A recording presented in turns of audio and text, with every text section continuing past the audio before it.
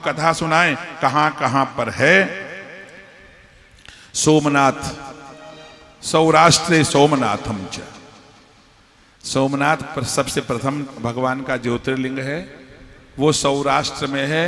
सौराष्ट्र माने वर्तमान में गुजरात प्रांत में है। और जो सोमनाथ भगवान का दर्शन करता है, सूत जी महाराज कहते हैं सर्व पापात प्रमुच्यते, सभी पापों से मुक्ति हो जाती है। क्षय रोग, कुष्ठ रोग, ये सब दूर हो जाते हैं सोमनाथ भगवान के दर्शन करने मात्र से। दूसरा मल्लिकार्जुनम, श्रीशैले मल्लिकार्जुनम, श्रीशैल पर्वत पर मल्लिकार्जुन नाम के भगवान निवास करते हैं, जो वर्तमान में आंध्र प्रदेश में है। मल्लिकार्जुनम आंध्र प्रदेश में। उसके लिए सूत जी महाराज कहते हैं जननी गर्भ संभूतम कष्टम नापनोति वही पुनः। मल्लिकार्जुन के दर्शन करने से धन की प्राप्ति होती है, रोगों से मुक्ति मिलती है, सर्व कामनाओं की पूर्ति भगवान करते हैं। और उज्जैन्याम महाकालम, तीसरे द्वादश ज्योतिर्लिंग, उज्जैन में अवंतिका नगरी में महाकाल के नाम से भगवान शंकर विराजमान हैं, जो वर्तमान में मध्य प्रदेश में स्थित है। उज्जैन महाकालेश्वरो नाम शिवः ख्यातस्य भूतले, तम दृष्टवान भवेत स्वप्ने किंचित दुःखमपि द्विजाः। महाकाल का दर्शन करने मात्र से उसके स्वप्न में भी कोई किसी प्रकार का दुख आ ही नहीं सकता। महाकाल के दर्शन करो और जो है काल भी आपका कुछ नहीं बिगाड़ सकता।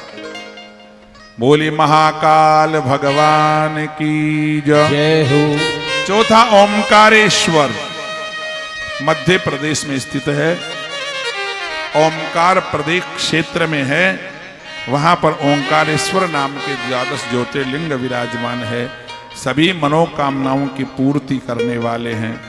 पांचवा केदारेश्वर, उत्तराखंड में हिमालय के ऊपर भगवान केदारनाथ भगवान वहां पर विराजमान है। बद्रीवन की यात्रा करने वाला, केदारनाथ के दर्शन करने वाला जीवन मुक्त हो जाता है। छठवां द्वादश ज्योतिर्लिंग भीम शंकर, डाकिनी पहाड़, डाकिन्याम भीम शंकरम, तो डाकिनी पहाड़ पर महाराष्ट्र में। अच्छा, इनमें से कई जो एक या दो द्वादश ज्योतिर्लिंग विवादित हैं। विवादित का मतलब भूगोल की दृष्टि से, भूज्ञान की दृष्टि से, भौगोलिक स्थिति के कारण से। जैसा बोला डाकिन्याम भीम शंकरम, महाराष्ट्र में भीमा शंकर नाम के देवता विराजमान हैं, लेकिन भौगोलिक स्थिति जब देखते हैं वैज्ञानिक लोग, तो ये डाकिनी पहाड़ असम प्रदेश में है, आसाम में, गुवाहाटी से कुछ दूरी पर। वहां भी भीमा शंकर नाम से द्वादश ज्योतिर्लिंग विराजमान है। हम गए हैं, गुवाहाटी में गए एक बार, वहां बोले कि महाराज आपको भीमा शंकर के दर्शन करवाएंगे। हमने कहा भीमा शंकर तो भैया महाराष्ट्र में है, यहाँ कहाँ से आ गए? कि महाराज यहाँ का जो है भौगोलिक क्षेत्र है, और डाकिनी नाम का पहाड़ है राजस्व रिकॉर्ड में। राजस्व रिकॉर्ड में उस पहाड़ का नाम डाकिनी पहाड़ है, और उसी डाकिनी पहाड़ के ऊपर भीमा शंकर शिवजी विद्यमान है। उत्सुकता हुई, चलो दर्शन करने के लिए चलेंगे।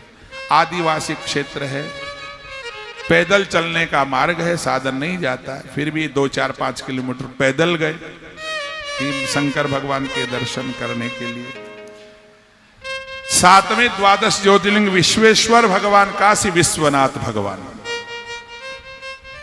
काशी मरणान मुक्ति, भगवान विश्वनाथ के दर्शन कर लो, मुक्ति में कोई संदेह नहीं है, मुक्ति तो हो ही जाएगी। आठवां त्र्यंबकेश्वर भगवान, वही महाराष्ट्र में गौतमी नदी के किनारे त्र्यंबकेश्वर भगवान विराजमान हैं। 9वें जो द्वादश ज्योतिर्लिंग है वो झारखंड, बिहार, पहले बिहार एक ही था, उसके झारखंड अलग हो गया। अब वैद्यनाथ भगवान जो है झारखंड में स्थित हैं और वो जो है रावणेश्वर भी कहलाते हैं। रावण ही लेके आया था वैद्यनाथ भगवान को हिमालय से और फिर जो है वहीं पर स्थित हो गए जहां आज विराजमान हैं, चिता भूमि झारखंड में। 10वें द्वादश ज्योतिर्लिंग है नागेश्वर भगवान, जो गुजरात में है, प्रभास क्षेत्र में है। द्वारिका, जो भेंट द्वारिका ना, उसके पास में ही है।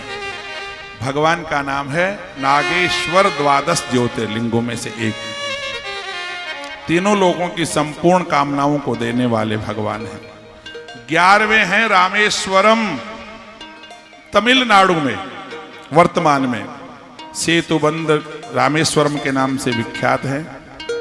वहां की अद्भुत महिमा है, संपूर्ण कामनाओं को पूर्ण करने वाले हैं। गंगा जल के द्वारा शिवलिंग को स्नान जो भी करवाएगा वो जीवन मुक्त हो जाएगा। ऐसा कहते हैं, जो गंगा जल आन चढ़ाए हूं। रामेश्वरम भगवान की स्थापना जब हुई उस समय भगवान राम जी ने कहा, जो भी गंगा जल ला करके एक बार और रामेश्वरम भगवान को चढ़ाएगा वो जीवन मुक्त हो जाएगा। गोमुख से गंगा जल लाओ और गंगा जल ला करके रामेश्वरम के चढ़ाओ, तब जाकर के आपके 4 धाम की यात्रा पूरी मानी जाएगी। मान्यता ऐसी। गोमुख भी नहीं मत जाओ, गंगोत्री भी मत जाओ, नहीं जाना, योग नहीं बने तो कोई बात नहीं, ऋषिकेश से ले जाओ। गंगा जल लेकर के भगवान को रामेश्वरम चढ़ाओ, भगवान शंकर बड़े प्रसन्न होते हैं और वो जीवन मुक्त हो जाता है। 12वें द्वादश ज्योतिर्लिंग है घुष्मेश्वर, और यहां भी महाराष्ट्र में विद्यमान है। घुष्मेश्वर भगवान के पूजन का, दर्शन करने का सौभाग्य जिसको प्राप्त हो जाए उसकी आयु की वृद्धि होती है। ऐसे 12 ज्योतिर्लिंगों का वर्णन शिव पुराण में किया। बोले शंकर भगवान की जय। अलग अलग क्षेत्रों में अलग अलग विद्यमान है।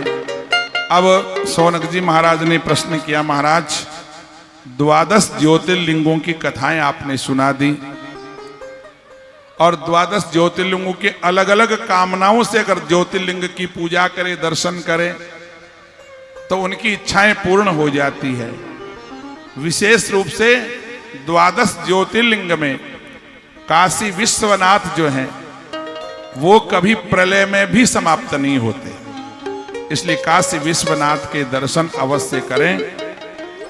इन जो 12 ज्योतिर्लिंगों के जो दर्शन एक बार सारे सबके कर लेता है वो वास्तव में भगवान शंकर के चरणों में शिवेन सह मोदते, शिवलोक में पहुंच जाता है। इसमें कोई प्रकार का संशय नहीं है।